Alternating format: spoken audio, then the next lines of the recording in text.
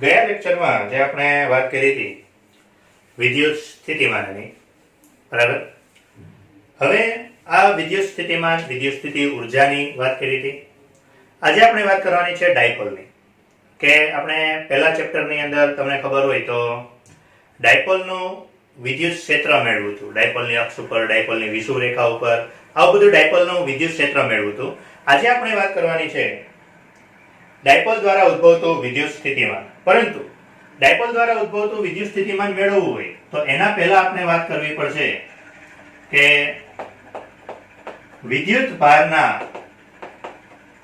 અસતત વિતરણ દ્વારા, કે અસતત વિદ્યુત ભાર વિતરણ દ્વારા વિદ્યુત સ્થિતિમાન, બરાબર. એટલે પહેલા આપણે વાત કરશું કે કોઈ પણ વિદ્યુત ભાર જે હોય તો વિદ્યુત ભાર અસતત રીતે વહેંચાયેલો હોય. અસતત એટલે તો કે કંઈક આ રીતે વહેંચાયેલો હોય કે કોઈ પણ ઉગમ બિંદુની સાપેક્ષે, ધારો કે કોઈ એક વિદ્યુત ભાર Q1, કોઈ એક વિદ્યુત ભાર Q2 અપ ટુ વિદ્યુત ભાર Qn છે.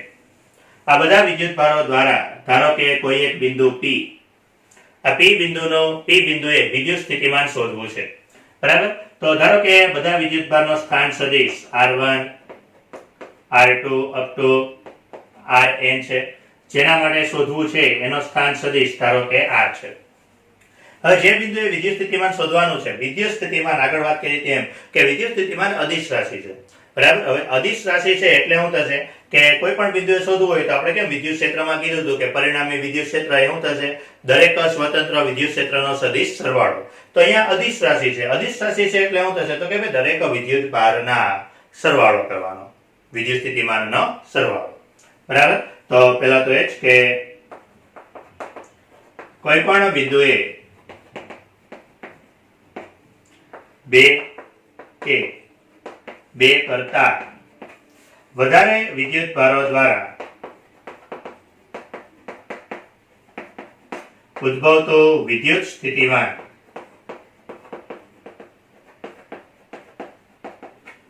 તે દરેક સ્વતંત્ર વિદ્યુત ભારના વિદ્યુત સ્થિતિમાન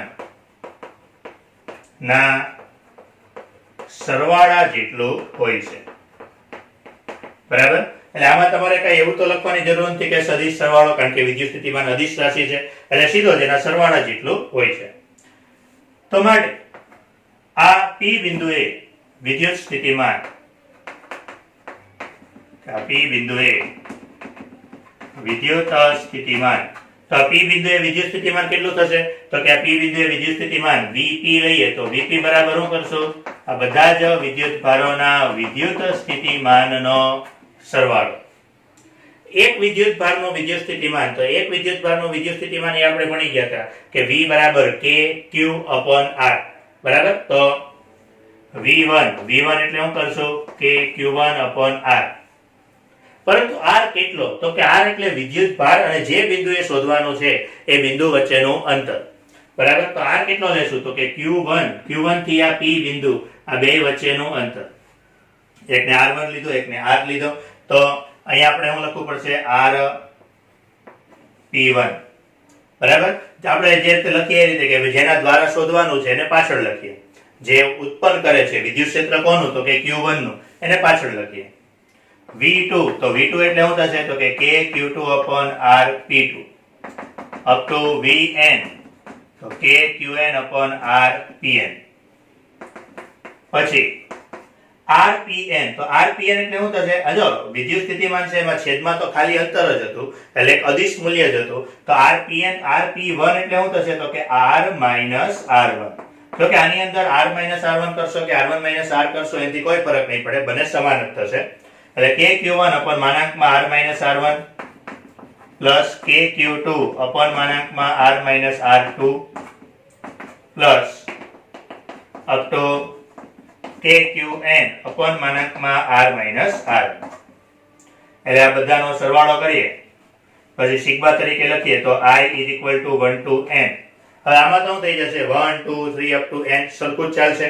એટલે આપણે હું લખી શકીએ KQi upon R minus R, બરાબર. તો આનો અર્થ બીજું આમાં કઈ નવું નથી કે કોઈ પણ બિંદુએ વિદ્યુત સ્થિતિમાન, તો વિદ્યુત સ્થિતિમાન કેટલો થશે તો કે ભાઈ બધા જ વિદ્યુત ભારના વિદ્યુત સ્થિતિમાનનો સરવાળો કરવાનો. ચલો તો હવે જે આપણે વાત કરવાની છે આપણા ચેપ્ટરની એક આઈએમપી થિયરી કે વિદ્યુત ડાયપોલ દ્વારા કોઈ પણ બિંદુએ ઉદ્ભવતો વિદ્યુત સ્થિતિમાન, બરાબર, કે વિદ્યુત ડાયપોલ દ્વારા કોઈ પણ બિંદુએ ઉદ્ભવતું વિદ્યુત સ્થિતિમાન. આપણે આગળના લેક્ચરમાં આગળના ચેપ્ટરમાં વિદ્યુત ડાયપોલ દ્વારા ઉદ્ભવતા વિદ્યુત ક્ષેત્રની વાત કરી હતી અક્ષ પર, વિષુવરેખા પર. તો હવે આપણે વાત કરવાની છે વિદ્યુત ડાયપોલ દ્વારા કોઈ પણ બિંદુએ ઉદ્ભવતું વિદ્યુત સ્થિતિમાન. ચલો તો એના માટે કામ કરીએ કે પેલા તો એક જે આપણે આગળ આકૃતિ દોરતા એ પ્રકારની જ લઈએ. ધારો કે આ એક યામાક્ષોના આ ઉગમ બિંદુ, અહીંયા એક ઋણ ક્યુ વિદ્યુતભાર, અહીંયા એક ધન ક્યુ વિદ્યુતભાર. આ બંને દ્વારા ધારો કે કોઈ એક બિંદુ P, આ P બિંદુએ વિદ્યુત સ્થિતિમાન શોધવું છે. હવે વિદ્યુત સ્થિતિમાન એટલે આગળ હમણાં કીધું એમ એ તો અદિશ રાશિ છે. હવે અદિશ રાશિ છે એટલે એમાં તો પછી કાંઈ તમારે એવું કાંઈ નહીં આવે કે ભાઈ આ બિંદુ આ દિશા આ તરફ કે દિશા આ તરફ, બરાબર. તો આ Q બિંદુએથી ધારો કે આ P બિંદુનું અંતર R1 છે, તો ધન Q બિંદુએથી આ કાટખૂણો નથી, ખાસ ધ્યાન રાખજો, બરાબર. આ R2 છે તથા O બિંદુએથી આ અંતર R છે, બરાબર. સમજો આ કાટખૂણો નથી, એ ખાલી એ રીતની આકૃતિ બની છે. તથા એનો x અક્ષ સાથેનો ખૂણો થીટા છે. વિદ્યુત ડાયપોલ એટલે તમને યાદ હશે વિદ્યુત ડાયપોલની દિશા, તો વિદ્યુત ડાયપોલની દિશા ક્યાં? ઋણથી ધન તરફ, બરાબર. પહેલા ચેપ્ટરનું પણ એકવાર રિવિઝન કરી નાખજો કે વિદ્યુત ડાયપોલની દિશા તો કે ઋણથી ધન તરફ. એટલે પહેલા તો જે આકૃતિમાં આપ્યું છે એ પ્રમાણે કે આકૃતિમાં એક વિદ્યુત ડાયપોલ કે જેની ડાયપોલ મોમેન્ટ P બરાબર 2aq સાથે થીટા ખૂણે રહેલા P બિંદુએ વિદ્યુત સ્થિતિમાન શોધવાનું છે.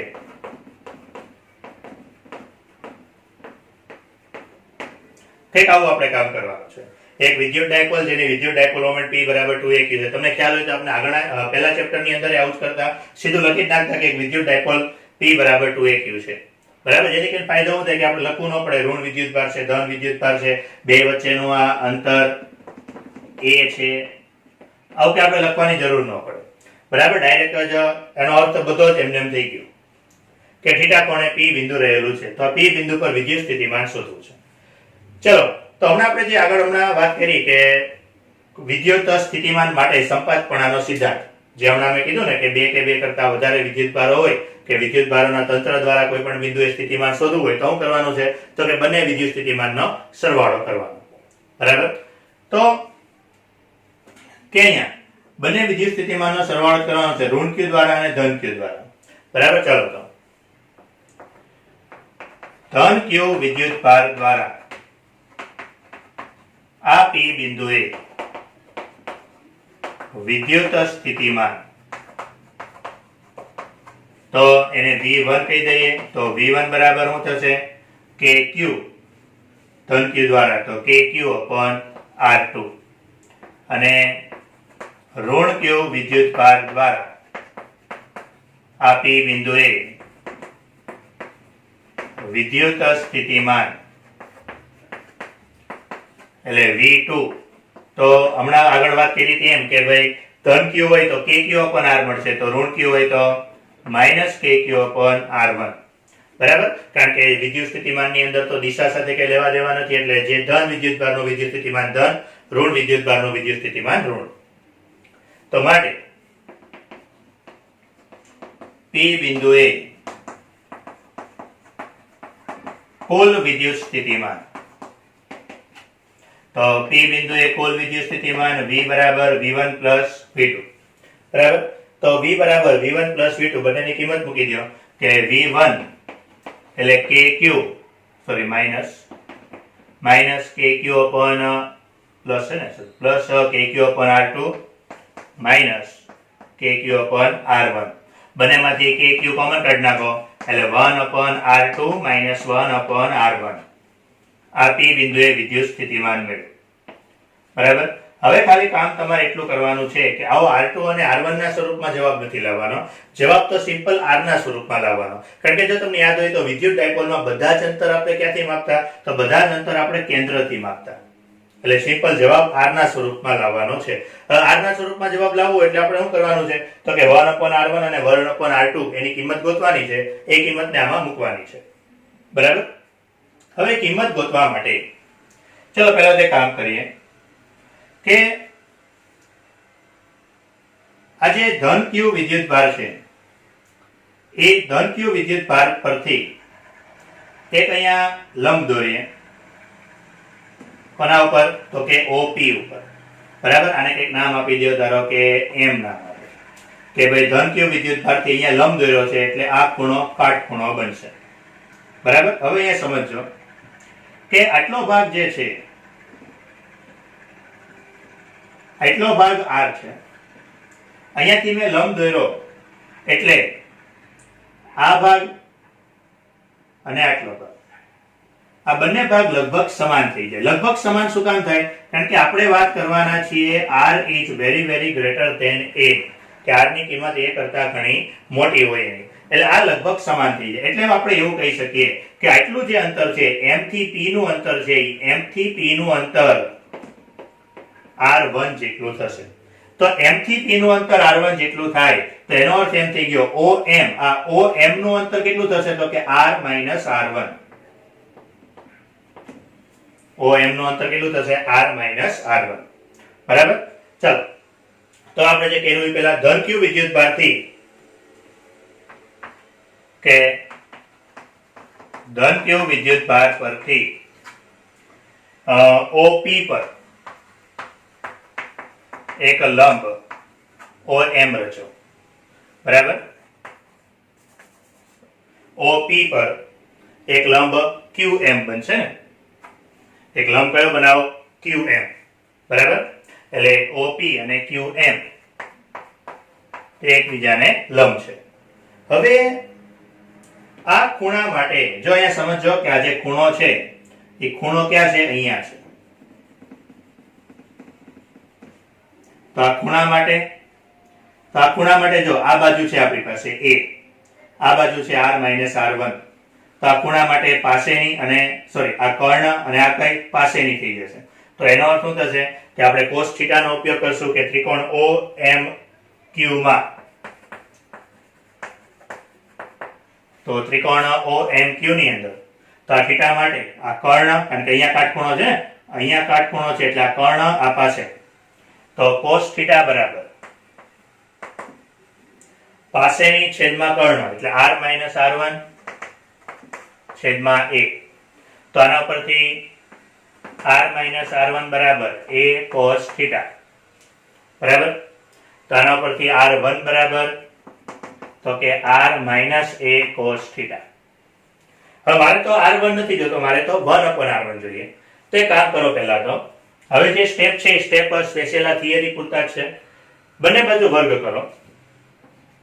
એ બધું કરવાનું કારણ કે આનો ઉપયોગ કરીને જે કામની વસ્તુ નથી તેને અવગણવાનું, અથવા તો જે કિંમતો ઘણી નાની છે એને અવગણવાનું. એટલે હવે પછીના 2-3 સ્ટેપ સ્પેશિયલ છે કે બે બાજુ વર્ગ કરો તો R1 નો વર્ગ બરાબર શું થશે તો કે R minus A cos θ આખાનો વર્ગ.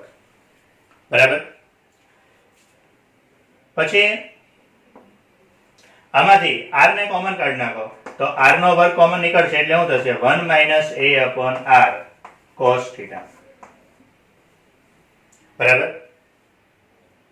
હવે એક કામ કરીએ કે આને આ જે છે એ આ તો આ કોના જેવું થઈ ગયું A minus B આખાનો વર્ગ એટલે 1 નો વર્ગ minus 2AB એટલે 2A upon R cos θ વત્તા b નો વર્ગ એટલે a square upon r square cos square theta. બરાબર.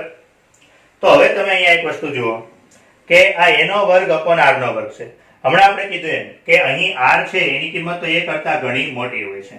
r ની કિંમત a કરતા ઘણી મોટી છે તો a અપોન r કે આના ઉપરથી જ માટે r ને હું આ બાજુ લઈ લઉં તો a અપોન r, તો a અપોન r ની કિંમત 1 કરતા ઘણી નાની થઈ જશે. તો 1 કરતા ઘણી નાની થઈ જાય એનો અર્થ કે આને તમે અવગણી શકો. બરાબર કે આ a square upon r square cos square theta આને તમે અવગણી શકો. તો આને અવગણી નાખો. બરાબર. ત્યારબાદ તો આને અવગણો એટલે તમને અહીંયા છેલ્લું એ પદ જેનું મળશે તો એ છેલ્લું પદ શું મળશે અહીંયાથી લખીએ તો એનું છેલ્લું પદ તમને કંઈક આ ટાઈપનું મળશે કે r સ્ક્વેર. આ છેલ્લા પદને અવગણો એટલે અહીંયા વધશે હું 1 minus 2a upon r cos theta. આ તમને શું મળ્યું તો કે આ તમને r1 નો વર્ગ મળ્યો. મારે તો r1 નથી જોતો, મારે તો 1 અપોન r1 જોઈએ છે. બરાબર. તો પેલું એક કામ કરો કે r1 નો આ જે તમને મળ્યું આ શું મળ્યું આ r1 નો વર્ગ મળ્યો. ચલો તો આના ઉપરથી r1 તો r1 ને ગોતવું હોય તો r1 આ બાજુ લઈ લો એટલે ખાલી r 1 minus 2a upon r cos theta વર્ગ આ બાજુ જશે એટલે વર્ગમૂળ. હજુ મારે તો r1 નથી જોતો, મારે તો 1 અપોન r1 જોઈએ છે. તો આના પરથી 1 અપોન r1 બરાબર અહીંયા શું થઈ જશે 1 અપોન r આખો આ બ્રેકેટ છેદમાં આવી જશે. બરાબર. આખો બ્રેકેટ છેદમાં ન લેવો હોય તો ખાલી શું કરી નાખો કે 1 minus 2a upon r cos theta એની કેટલી -1 ના છેદમાં 2 ઘાત. બરાબર. આખો બ્રેકેટ છેદમાં ન લખવો હોય તો ખાલી ઉપર -1 ના છેદમાં 2 ઘાત કરી નાખો. ત્યારબાદ બહુપદી या દ્વિપદી વિસ્તરણનો તમે આપણે ઘણી વાર આનો ઉપયોગ કર્યો છે કે 1 ± x raised to n હોય તો આપણે શું કરતા કે 1 ± nx n into n - 1 x નો વર્ગ upon 2 ફેક્ટોરિયલ પછી 3 ફેક્ટોરિયલ આવું આપણે ઘણું બધું કર્યું છે આગળ.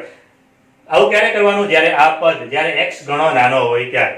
હવે x ઘણો નાનો હોય તો એવા સંજોગોમાં અહીંયા x છે કારણ કે આપણે તો x એટલે શું છે તો કે a upon r છે. હમણાં મેં કીધું a upon r ની કિંમત તો ઘણી નાની છે. બરાબર. તો એનો અર્થ એમ થશે કે અહીંયા 1 ± nx પછી n into n - 1 પાછો x નો વર્ગ આવશે એટલે હવે જો આ કિંમતને આગળ મૂકતો જાવ તો આ કિંમત હજુ નાની થઈ જશે. આવું આપણે આગળ ઘણા ચેપ્ટરમાં ગુરુત્વાકર્ષણ ચેપ્ટરમાં 11મા ધોરણમાં કરેલું છે. તો એનો અર્થ કે બાકીના પદ ન લખીએ તો આપણે ખાલી આટલો જ ઉપયોગ કરવાનો છે કે ઘાતને શું કરો આગળ લઈ લ્યો તો 1 upon r1 બરાબર 1 upon r આ -1 ના છેદમાં 2 આગળ લઈ લ્યો તો અહીંયા શું થશે 1 -1 ના છેદમાં 2 આગળ આવશે એટલે પ્લસ. ખબર પડી ને આગળ કઈ રીતે કે 1 ± x raised to n છે એનો થશે 1 ± nx. બાકીના પદો આપણે અવગણેલા છે. બરાબર. તો અહીંયા -1 ના છેદમાં 2 આગળ લઈ લો એટલે પ્લસ 2a upon r આ 1 ના છેદમાં 2 નો 2 cos થીટા એટલે 2 કટ. બરાબર. તો આ તમને 1 upon r1 ની કિંમત મળી. બરાબર. ચલો આવી રીતે બીજી 1 upon r2 ની કિંમત જોવાની છે. એક મિનિટ ભૂલ કરીને આપણે અહીંયા r2 છે ને કે ધન વિદ્યુતભાર માટે આપણે r2 લીધા હતા ને એટલે એનો અર્થ આખી થિયરીમાં જે r1 લખ્યો છે ને અમારે r2 લખવો પડશે.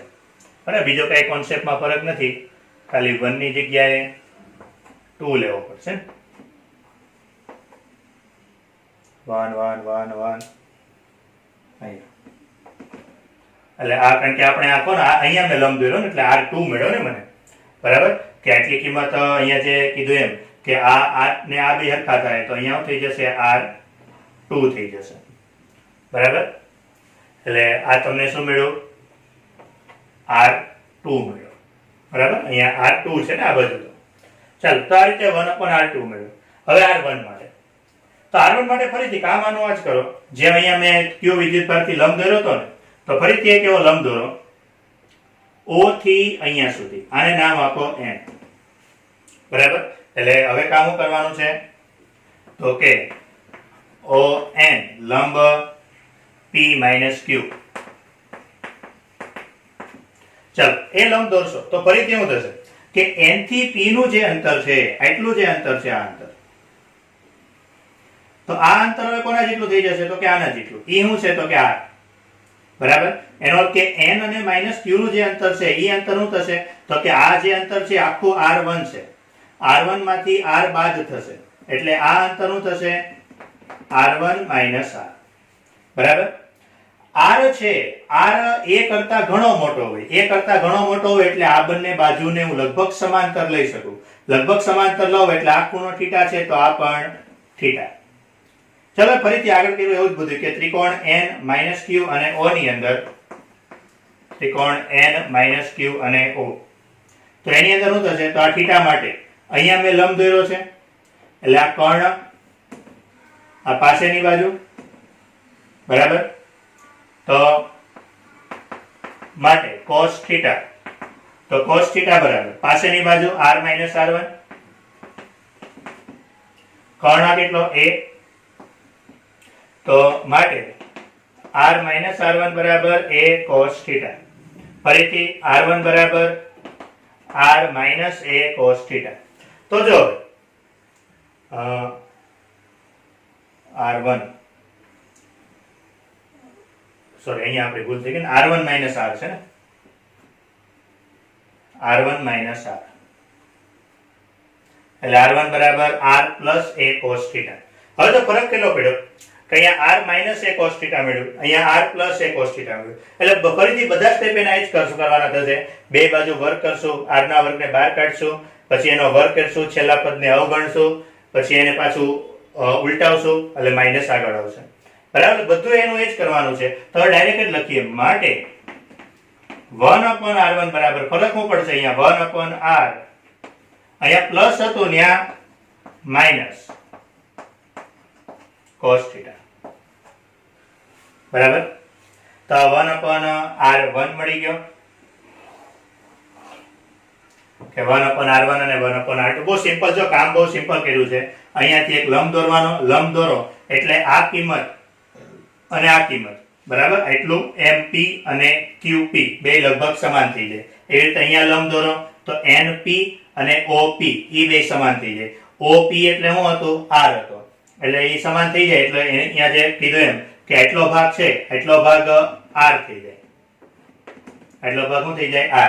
એટલો ભાગ r થઈ જાય તો સિમ્પલ કામ શું કરવાનું? તો કે આટલો જે છે આ આખો r1 છે, r1 માંથી r બાદ કરો, પછી પાછો આ ત્રિકોણ લ્યો કે આ ત્રિકોણ માટે θ, θ માટે આ કર્ણ આ પાસેની, તો cos θ બરાબર r1 - r અપોને પાસેની છેદમાં કર્ણ, એટલે એના ઉપરથી બે ખાલી લંબ દોરવાના છે.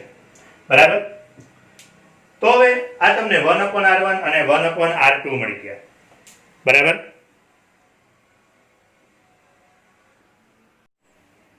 ચલો ત્યારબાદ જે આપણે આગળ વાત કરી હતી એમ કે p બિંદુએ વિદ્યુત સ્થિતિમાન શોધવું છે, તો એની માટે કે ભાઈ સમીકરણ 1 પરથી જે આપણે કીધું હતું વિદ્યુત સ્થિતિમાન Vp બરાબર kq પછી 1/r2 minus 1/r1. બરાબર કે 1/r2 minus 1/r1. બસ બહુ સિમ્પલ કામ કરવાનું છે. બેની આમાં કિંમત મૂકી દો.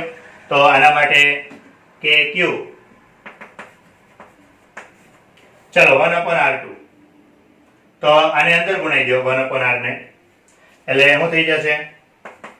1/r પ્લસ a/r² cos θ, પછી માઇનસ 1/r1. આને અંદર ગુણાવો, પણ ધ્યાન રાખજો કે આગળ માઇનસ છે. બરાબર. આગળ માઇનસ છે એટલે અંદર નિશાની ફેરવવી પડશે. 1/r પ્લસ પાછો r નો r એટલે a/r નો વર્ગ cos θ. તો અહીંયા 1/r 1/r કટ એટલે kq, અહીંયા હું કીધું a/r² cos θ plus a/r² cos θ એટલે 2a/r² cos θ. બરાબર. હવે આટલીક વસ્તુ જો 2aq, તો 2aq એટલે શું હતું? તો કે 2aq એટલે p વિદ્યુત ડાયપોલ મોમેન્ટ, એટલે kp cos θ r². બરાબર. તો આ p બિંદુએ વિદ્યુત સ્થિતિમાન મળ્યું કે આ p બિંદુએ વિદ્યુત સ્થિતિમાન. kp cos theta upon r square. હવે તમે એક વસ્તુ સમજો, થીટા કોની વચ્ચે હતો? તો કે થીટા એક r અને વિદ્યુત ડાયપોલ મોમેન્ટ p ની વચ્ચે હતો. r અને વિદ્યુત ડાયપોલ મોમેન્ટ p ની વચ્ચે હતો. બરાબર? તો એનો અર્થ એમ થઈ જાય કે આ વિદ્યુત ડાયપોલ મોમેન્ટ ની દિશા p કેરેટ લઈએ, r ની દિશા r કેરેટ લઈએ, તો એનો અર્થ કે આપણે આવું લખી શકાય કે p caret dot r caret બરાબર pr cos theta. આવું તો તમને આવડે કે ડોટ ગુણાકાર હોય a ડોટ b બરાબર શું થાય? ab cos theta. તો આના ઉપરથી અહીંયા જો p cos theta, ચલો આમાંથી તો માટે p cos theta, તો p cos theta શું થશે? p caret dot r caret upon r. બરાબર? ચલો આ કિંમત આમાં મૂકી દો, તો એ કિંમત એમાં મૂકશો, આ p cos theta ની કિંમત આમાં મૂકો એટલે તમને ફાઇનલી એક સમીકરણ મળશે કે k p cos theta એની જગ્યાએ શું લખી શકાય? p caret dot r caret છેદમાં r આવશે એટલે છેદમાં r નો ઘન. બરાબર? આ રીતે બહુ રેર કેસમાં આનો ઉપયોગ છે, બાકી કઈ છે નહીં, કે p cos theta એટલે p caret dot r caret. બરાબર? મોટાભાગે આપણે સૂત્ર તો આજ ઉપયોગ કરશું. તો આ રીતે p બિંદુએ વિદ્યુત સ્થિતિમાન, તો વિદ્યુત સ્થિતિમાન હું મેળવું? kp cos theta upon r નો વર્ગ. એટલે ખાસ એ સમજવા જેવી વસ્તુ એ છે કે p કોઈ પણ બિંદુએ એક વિદ્યુતભારનું વિદ્યુત સ્થિતિમાન શું હતું? kq upon r હતું. એટલે 1/r ના પ્રમાણમાં હતું. ડાયપોલનો વિદ્યુત સ્થિતિમાન શું આવ્યો? r નો વર્ગ આવ્યો. 1/r ના વર્ગના પ્રમાણમાં છે. બરાબર? તો આ વિદ્યુત સ્થિતિમાન માટે કે કોઈ પણ બિંદુએ વિદ્યુત સ્થિતિમાનનું મૂલ્ય સૂત્ર ખાસ યાદ રાખજો, ઉપયોગ ઘણો બધો છે. ચલો તો ત્યારબાદ છે વિદ્યુત સ્થિતિમાન જે હમણાં આપણે મેળવ્યું ડાયપોલ માટે. તો આ ડાયપોલના વિદ્યુત સ્થિતિમાનના થોડાક અગત્યના મુદ્દાઓ. તો એ મુદ્દા માટે પહેલા તો કે વિદ્યુત ડાયપોલ સાથે p બિંદુએ થીટા ખૂણે વિદ્યુત સ્થિતિમાન, તો એ વિદ્યુત સ્થિતિમાન આપણે કેટલું કીધું હતું? તો હમણાં જ આપણે જોયું એ kp cos theta upon r square. હવે એની અંદર જો તમે આખી આકૃતિ જો તો આખી આકૃતિ કંઈક આ રીતની હતી, એક ઋણ q, એક ધન q, અહીંયા એક p બિંદુ અને અહીંયા થીટા. તો આ જે ભાગ આવે આને શું કહેવાય? ડાયપોલની અક્ષ. બરાબર? આ જે ભાગ આવે આને શું કહેવાય? ડાયપોલની વિષુવ રેખા. તો એનો અર્થ એમ થઈ ગયો કે મારે ડાયપોલની અક્ષ અને વિષુવ રેખા ઉપર વિદ્યુત સ્થિતિમાન શોધવું હોય તો બહુ સિમ્પલ કામ કરવાનું કે અક્ષ માટે શોધવું છે તો શું કરવાનું? આ જે p બિંદુ છે અક્ષ છે, એટલે આ જે લાઈન છે આ લાઈન અક્ષ પર આ p બિંદુ અહીંયા હોત, આ p બિંદુ અહીંયા હોત તો શું થાત? તો કે p બિંદુ ન્યા હોત તો આ થીટા, આ જે ભાગ છે આખો બેહી જાય તો થીટા 0. તો આના ઉપરથી પહેલું કે અક્ષ પર વિદ્યુત સ્થિતિમાન, તો અક્ષ પર વિદ્યુત સ્થિતિમાન v બરાબર, આમાં થીટા બરાબર ખાલી શું મૂકવાનું? 0 મૂકી દેવાનું. હાલો થીટા બરાબર 0 મૂકો એટલે cos 0 1, તો v બરાબર શું થઈ જશે? kp upon r square. બરાબર? અક્ષ પર.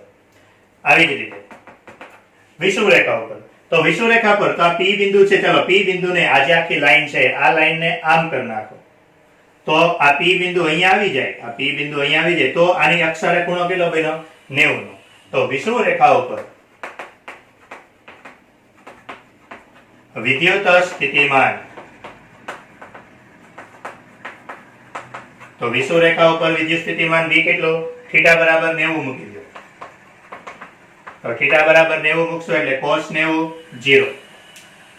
બરાબર? બીજો અમુક બે યાદ રાખવાના મુદ્દા અગત્યના બીજા એ કે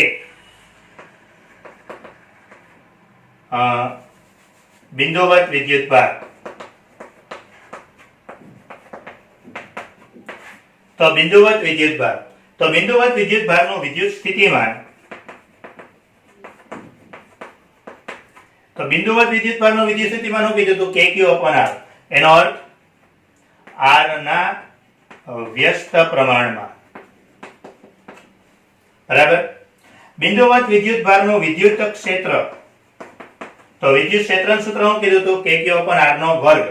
r નો વર્ગ છે તો એનો અર્થ r ના વર્ગના વ્યસ્ત પ્રમાણમાં. પછી ડાયપોલ, તો વિદ્યુત ડાયપોલ.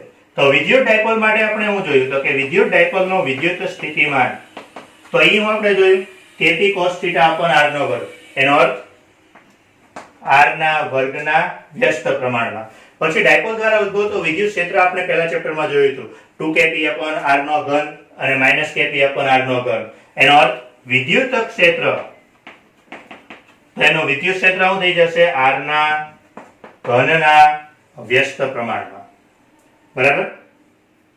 તો આ ડાયપોલ દ્વારા ઉદ્ભવતું વિદ્યુત સ્થિતિમાન કઈ કેટલું? બરાબર? તો આ વિદ્યુત સ્થિતિમાનની અંદર હવે આપણે આગળ વાત કરવાની છે, આપણે અસતત વિતરણ દ્વારા વિદ્યુત સ્થિતિમાન ગોત્યું. હવે સતત વિતરણની વાત કરશું. સતત વિતરણ એટલે કે આપણે પહેલા ચેપ્ટરમાં જેમ જોયું હતું ને, કવચ દ્વારા વિદ્યુત સ્થિતિમાન, કવચ દ્વારા વિદ્યુત ક્ષેત્ર, ગોળા દ્વારા વિદ્યુત ક્ષેત્ર, તો એવી રીતે હવે વાત કરવાની છે કવચ દ્વારા વિદ્યુત સ્થિતિમાન, ગોળા દ્વારા વિદ્યુત સ્થિતિમાન, એ બધા વિદ્યુત સ્થિતિમાનની વાત કરવાની છે. એટલે આવતા લેક્ચરમાં સતત વિદ્યુતભાર દ્વારા વિદ્યુત સ્થિતિમાનની વાત કરશું.